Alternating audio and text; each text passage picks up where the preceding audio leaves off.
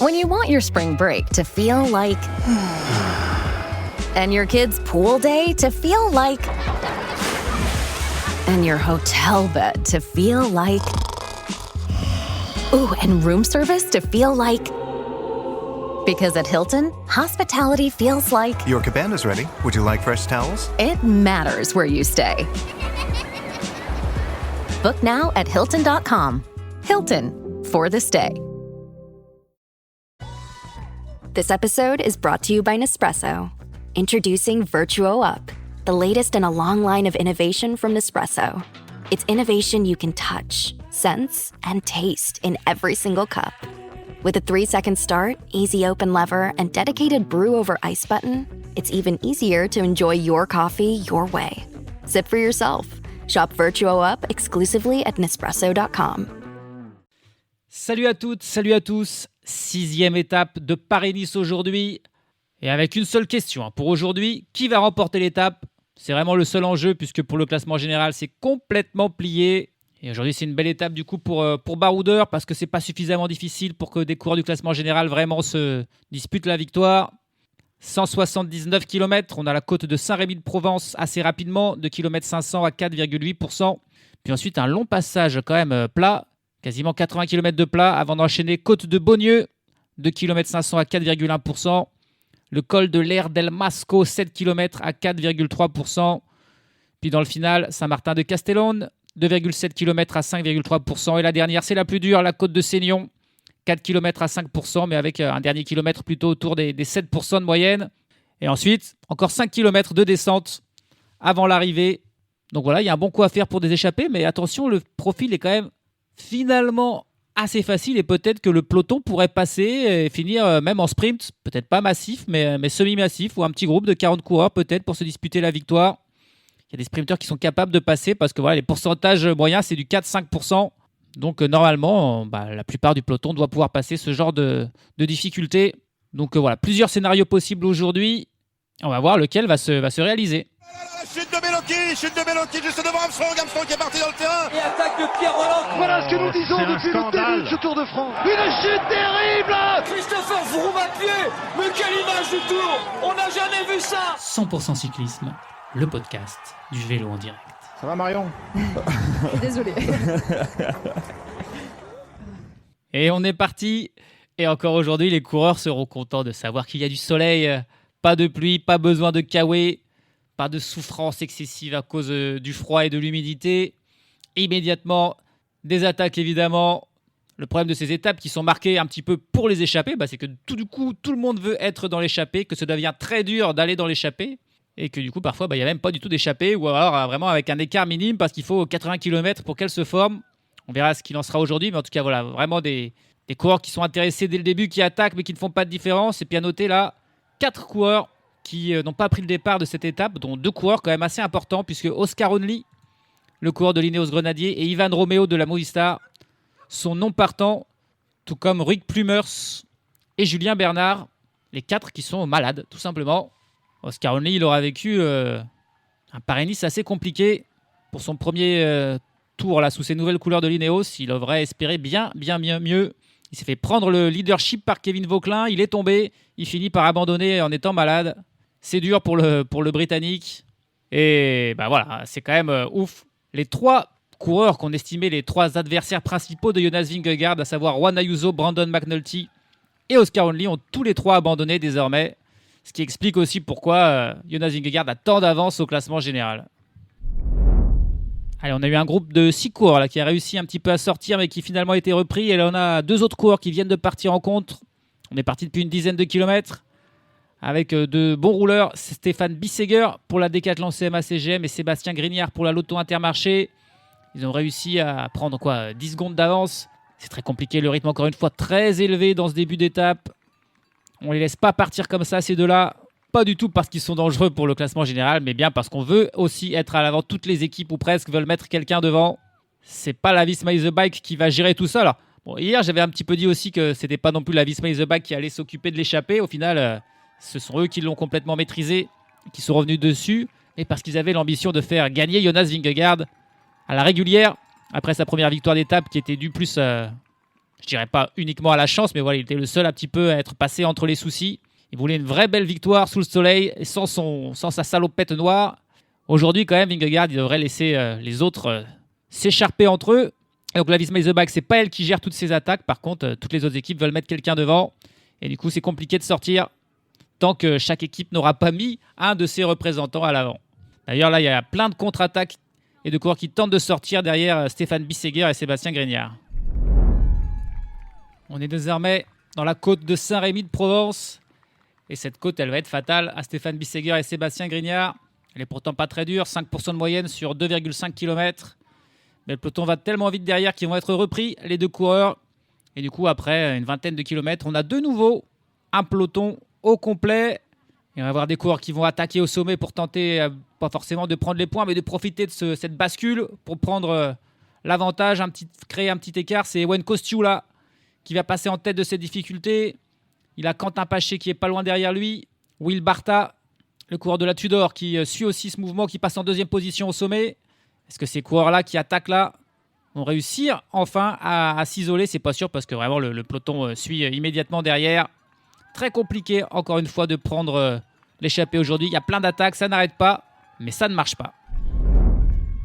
On est parti depuis une cinquantaine de kilomètres. Et on a un nouveau groupe qui tente de sortir. Un quatuor cette fois-ci avec Joshua Tarling, avec Stef Kras, avec Igor Arrieta et avec Arthur Klukers, le champion du Luxembourg. 4 coureurs qui ont désormais une vingtaine de secondes d'avance sur le peloton. C'est pas encore fait non plus pour eux parce que derrière ça continue de rouler. Il y a encore des coureurs qui veulent les rejoindre, des contre-attaques. Et à noter dans le peloton un gros travail de la NSN Cycling Team. On a peut-être foi en Binyam Girmay aujourd'hui, c'est vrai. C'est un sprinter qui sait grimper. Les difficultés du jour, elles sont pas suffisamment dures pour lui faire peur. Ça pourrait être une journée pour lui qui s'est raté sur les 2 premiers sprints de Paris-Nice. Mal placé à chaque fois aujourd'hui dans un sprint qui pourrait avoir lieu mais avec moins de monde. Il aurait encore plus sa chance si en plus il élimine quelques sprinteurs au passage dans les ascensions. Donc c'est pour ça que la NSN prend les choses en main et roule dans ce peloton pour éviter qu'une trop grosse échappée ne s'envole là. Ah, c'est bon, Olympia l'échappée du jour et ils ne seront que 4. Même si Ewen Kostyoula a un moment été parti en contre, tenté de revenir, il n'aura pas réussi. Et on aura donc que ces 4 coureurs à l'avant. Joshua Tarling, Igor Arrieta, Stef Kras et Arthur Klukers. On est à 100 km de l'arrivée. Ils ont 1 minute et 50 secondes d'avance sur le peloton. Ça va être compliqué d'aller au bout pour ces 4-là, même si bien sûr avec une machine comme Joshua Tarling, ça aide. Mais le peloton est motivé, je pense, pour les revenir dessus. Et certaines équipes, notamment la NSN, qui croient en un sprint aujourd'hui peut-être pour Binyam Girmay. On va arriver là au sommet de la côte de Beaumieu. 2 km 500 à 4%. Elle est encore relativement facile. Les échappés ne devraient pas s'en soucier énormément pour les points du classement de la montagne. Ça va être Igor Arrieta en passant ce relais qui prend les points devant Arthur Klukers et Joshua Tarling. On est à 70 km de l'arrivée. L'écart qui est stabilisé autour de 2 minutes désormais. Avec la Cofidis désormais qui fait l'essentiel du travail dans le peloton. C'est vrai que c'est une belle étape aussi peut-être pour Brian Cocard aujourd'hui. Il a un profil un peu comme Binyam Girmay de sprinter qui peut passer les bosses et qui pourrait être là dans le final. Mais pour être là dans le final, il faut revenir sur l'échappée. Et là, maintenant, cet écart de 2 minutes, on est pas mal pour le peloton. C'est Benjamin Thomas qui fait l'essentiel du travail pour l'instant dans ce peloton. Peloton où on perd du monde. Simon Dehers a abandonné, Niklas Markel également, Fabio Christen aussi. Encore des coureurs qui abandonnent sur ce Paris-Nice qui fait beaucoup de dégâts. Même si là, il n'y a plus de pluie, il y a encore des coureurs un peu malades. Probablement à cause de cette étape passée sous la pluie il y a 2 jours de cela.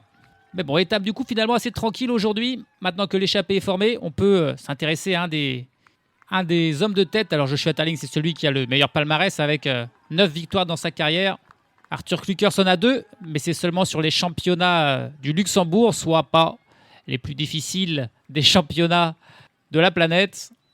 Une victoire pour Stef Kras, une victoire pour Igor Arrieta en carrière. Et allez, vu que Igor Arrieta est passé en tête de cette difficulté, même si c'était pas vraiment en le voulant, on va s'intéresser à lui, espagnol de 23 ans, ancien coureur de l'équipe Kerm Pharma et qui a rejoint la Team Emirates en 2024.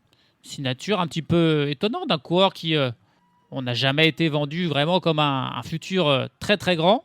C'est plutôt un grimpeur, mais voilà, assez modeste. Igor Arrieta, une victoire dans sa carrière, c'était une classique espagnole, la Prueba Villafranca, où il s'imposait devant son équipier Isaac Del Toro et son autre équipier Antonio Morgado. Donc autant vous dire que la Team Emirates avait écrasé cette étape et qu'Isaac Del Toro avait offert la victoire à Igor Arrieta, la première et la seule de sa carrière. Pour ce coureur qu'on voit peu du côté de la Team Emirates, il n'a par exemple fait qu'un seul grand tour dans sa carrière, c'était le Giro. L'an passé, il est quand même allé chercher une 4e place sur une étape, une échappée qui était allée au bout, remportée par Luc Plapp. Il en faisait partie, il avait terminé 4e. Et puis on l'a encore jamais vu sur les monuments. Il n'est pas là pour aider Tadej Pogacar dans ces courses-là. C'est donc pas le plus connu ni le plus efficace des coureurs de la Team Emirates. Mais voilà, comme elles vivent un Paris-Nice très compliqué, avec Brandon McNulty et Pavel Sivakov qui ne sont plus là, eh ben, ils ont des opportunités pour aller dans les échappées, puisqu'il n'y a plus vraiment d'espoir de rien du tout d'ailleurs au classement général. Malheureusement, l'espoir pour l'échappée aujourd'hui et pour Igor Arrieta est assez maigre parce que le peloton ne les laisse pas partir. Ce quatuor, Joshua Tarling, Igor Arrieta, Stef Kras, Arthur Klukers, 2 minutes d'avance. Encore 65 km à faire. Ça va être très très compliqué.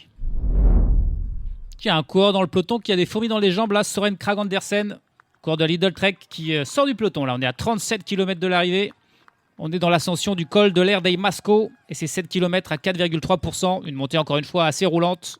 Les hommes de tête ne sont qu'à 1 minute et 20 secondes devant, donc pourquoi pas tenter de revenir. En tout cas, bien sûr, personne ne l'a suivi dans le peloton, qui n'a pas non plus tenté de l'empêcher de partir. Søren Kragh Andersen qui vient de partir, il va falloir un sacré effort quand même pour arriver sur la tête de la course avant le sommet de la difficulté.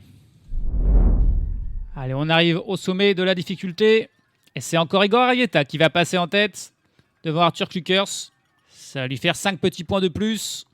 Les 4 hommes de tête qui n'ont plus que 30 secondes d'avance sur Søren Kragh Andersen qui fait un bon travail. Le peloton, lui, est pointé à 1 minute derrière. Désormais, il va y avoir une belle descente, puis un petit peu de vallée avant la montée de Saint-Martin de Castillon, au sommet duquel il y aura le sprint intermédiaire. Puis ensuite, une nouvelle redescente vers la vallée avant la montée finale et la côte de Seignon. Est-ce que Kragh Andersen va réussir à revenir sur les échappées? C'est un peu la question là, qu'on se pose en ce moment. Mais le peloton, lui aussi, gagne du temps sur les échappées. Donc c'est compliqué pour les hommes de tête d'y croire parce que voilà, il reste encore 32 km. Picture this. A curve in the road. A change in plans. Well, what do you say? With the all-new Audi Q3, the answer is always yes. Yes to adventure. Yes to escape. Yes to performance. Yes to comfort. Yes to right now. Because saying yes without hesitation, that's real luxury. The all-new Audi Q3, made for the yes life. This episode is brought to you by Peloton. Welcome to your Peloton Pilates era. Trusted by over 2 million members, experienced instructors with true Pilates expertise, offering classes for every level. Choose from 10 to 45-minute sessions with little to no equipment. Anytime, anywhere. And with the cross-training swivel screen, you can move seamlessly from cardio to mat. Press Pilates. Small moves, big impact. Find out more at onepeloton.com/Pilates. Stef Kras, il a peur dans cette descente, il n'arrive pas à suivre les 3 autres.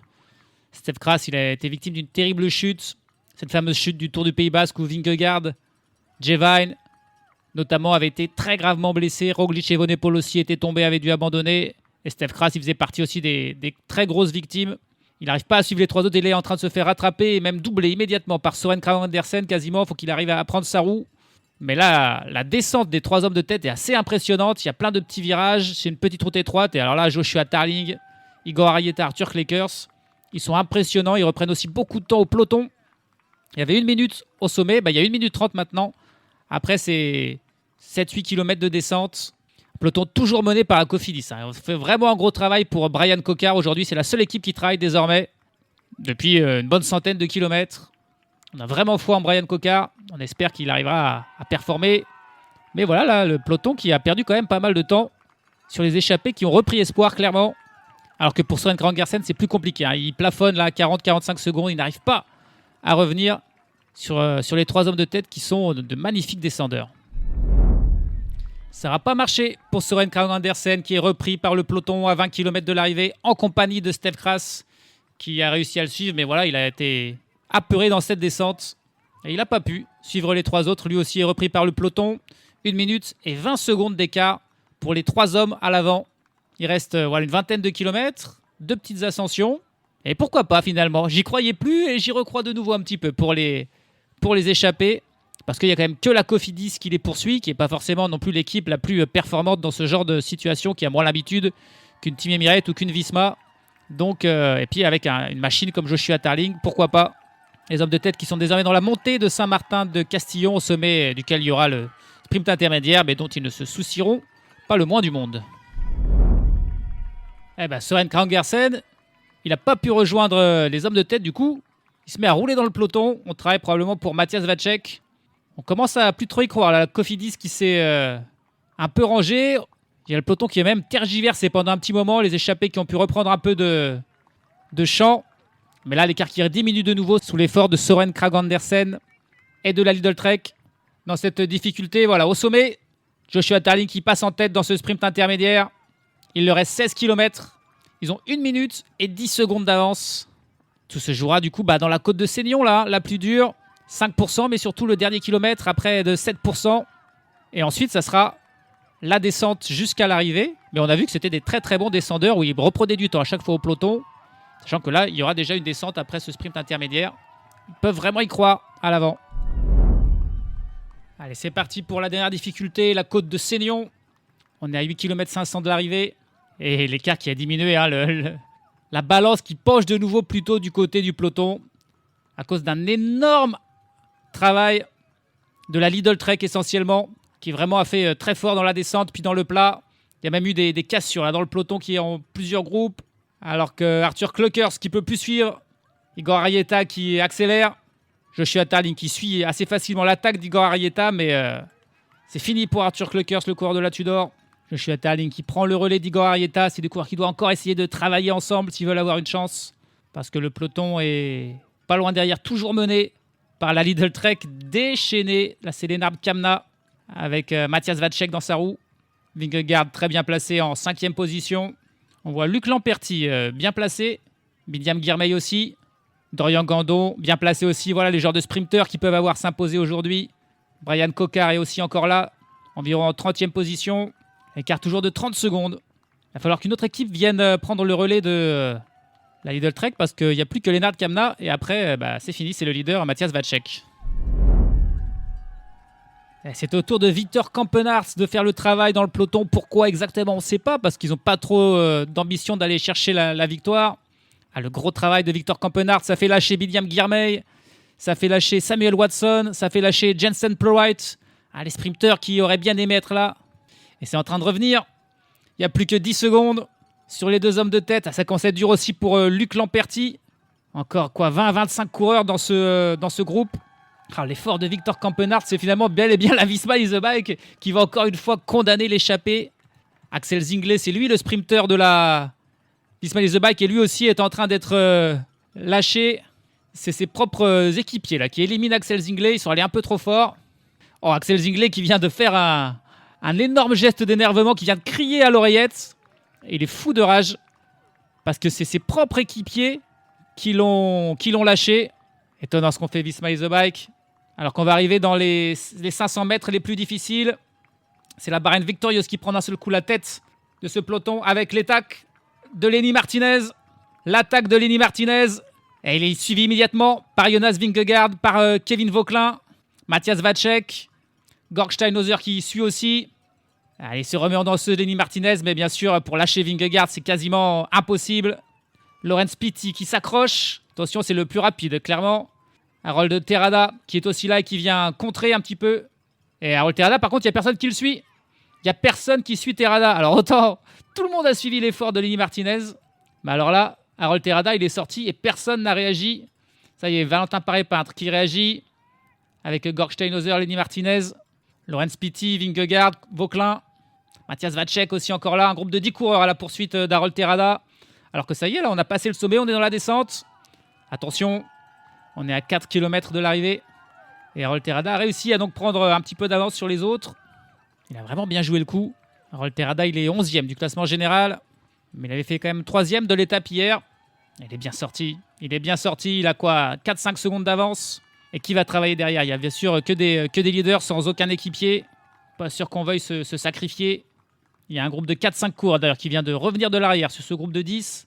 Ça veut dire que on va pas à fond avec Daniel Felipe Martinez. C'est-à-dire qu'on n'avait pas vu qu'il vient de revenir et qui roule. Parce qu'il y a Laurence Pitty dans le groupe. Il y a Dorian Godon qui est aussi là dans ce groupe, qui est revenu. Mathis Rondel qui est là.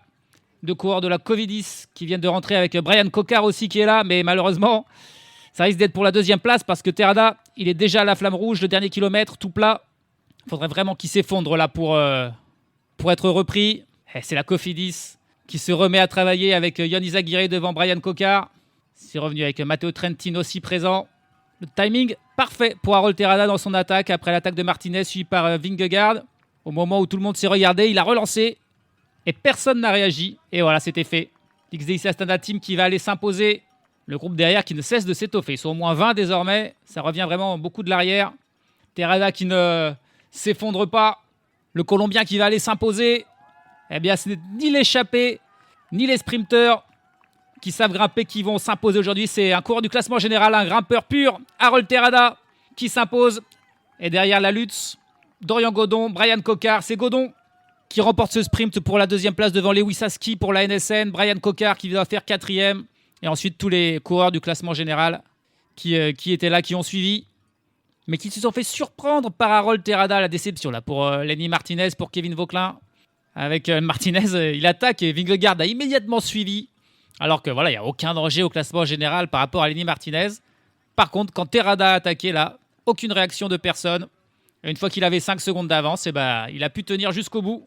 Vraiment un bon coup de la part d'Harold Terrada. Le Colombien Astana qui s'impose. Ça ne fera pas de grands changements évidemment au classement général. Mais l'important aujourd'hui, il n'y en avait qu'une. C'était, je l'avais dit, la victoire d'étape. Et elle est pour Terrada. C'était une belle étape aujourd'hui avec vraiment du suspense dans le final. Pour une fois, il y avait du suspense. Et c'est donc Harold Terrada qui en est sorti vainqueur. Ce n'est que la 2e victoire de sa carrière, Harold Terrada. Donc il doit être aux anges. La première, c'était une victoire sur le Tour de Colombie, son pays, en 2024. Donc là, cette victoire d'étape sur Paris-Nice, c'est vraiment un level au-dessus pour le Colombien de 28 ans. 3e hier et donc vainqueur aujourd'hui. Souvent placé, rarement vainqueur Harold Terrada. Et bien là, pour l'XDC Astana Team, il ramène une 2e victoire sur ce Paris-Nice après Max Canter. Voici donc Terrada qui s'impose avec 6 secondes d'avance sur son groupe de poursuivants réglé par Dorian Godon.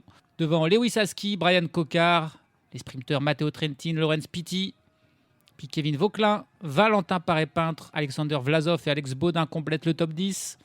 Dans ce groupe, on avait aussi Daniel Felipe Martinez, Mathis Rondel, Lenny Martinez, Jonas Vingegaard, Marc Soler.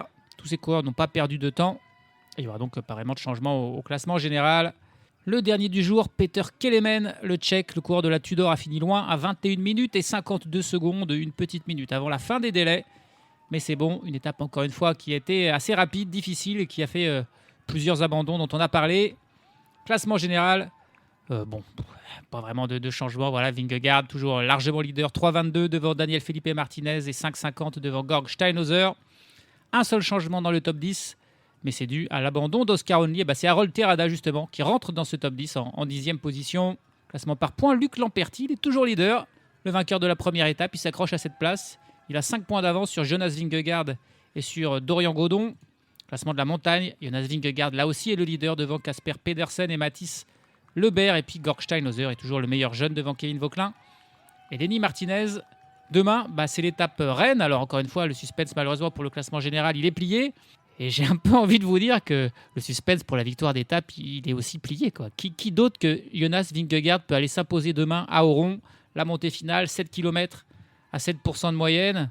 Une étape assez courte de 139 km qui commence en montée. Ensuite, ça sera relativement plat. Puis ensuite, une longue montée finale jusqu'à l'arrivée. Sincèrement, ça risque d'être une étape assez décevante au final avec une victoire facile de Vingegaard quand il décidera d'attaquer. Personne qui pourra suivre.